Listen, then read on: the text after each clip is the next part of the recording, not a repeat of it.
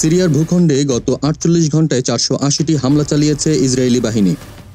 সিরিয়ার ১৫টি নৌযান, বিমান বিধ্বংসী ব্যাটারি, অস্ত্র উৎপাদন ক্ষেত্রসহ বিভিন্ন সামরিক অবকাঠামোতে এসব হামলা চালানো হয়েছে বলে জানিয়েছে ইসরায়েলের সামরিক বাহিনী। ইসরায়েলের প্রতিরক্ষা বাহিনীর বিবৃতিতে নিশ্চিত করা হয় যে সিরিয়ার আল বাইদা ও লাতাকিয়া বন্দরে হামলা চালানো হয়েছে।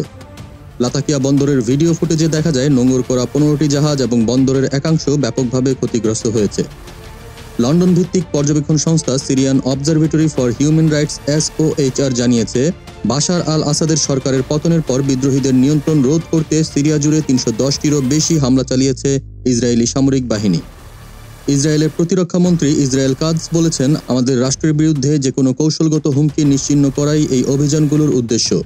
সিরিয়ার নৌবহর ধ্বংসের ঘটনাকে তিনি বড় সাফল্য বলে উল্লেখ করেছেন। হামলার লক্ষ্যবস্তুতে সিরিয়ার বিমান ঘাঁটি, সামরিক যান, বিমান বিধ্বংসী অস্ত্র, অস্ত্র উৎপাদন ক্ষেত্র এবং অস্ত্রাগার অন্তর্ভুক্ত ছিল। এসব হামলা সিরিয়ার সামরিক সক্ষমতা, বিদ্রোহীদের হাতে যাওয়ার ঝুঁকি রোধে চালানো হয়েছে বলে ইসরায়েলি বাহিনী দাবি করেছে। এদিকে বিদ্রোহীদের মাত্র ১২ দিনের অভিযানে গত রোববার বাশার আল আসাদের সরকারের পতন ঘটে। টানা ৫৩ বছর আসাদ পরিবার সিরিয়া শাসন করলেও সর্বশেষ ২৪ বছর বাশার আল আসাদ ক্ষমতায় ছিলেন। সরকারের পতনের পর বাশার আল আসাদ ব্যক্তিগত উড়োজাহাজে রাশিয়ায় পালিয়ে যান। তাকে রাজনৈতিক আশ্রয় দিয়েছে রাশিয়া, যেখানে তিনি পরিবারের সদস্য সহ মস্কোয় অবস্থান করছেন। দেশজগৎ ইন্টারন্যাশনাল ডেস্ক।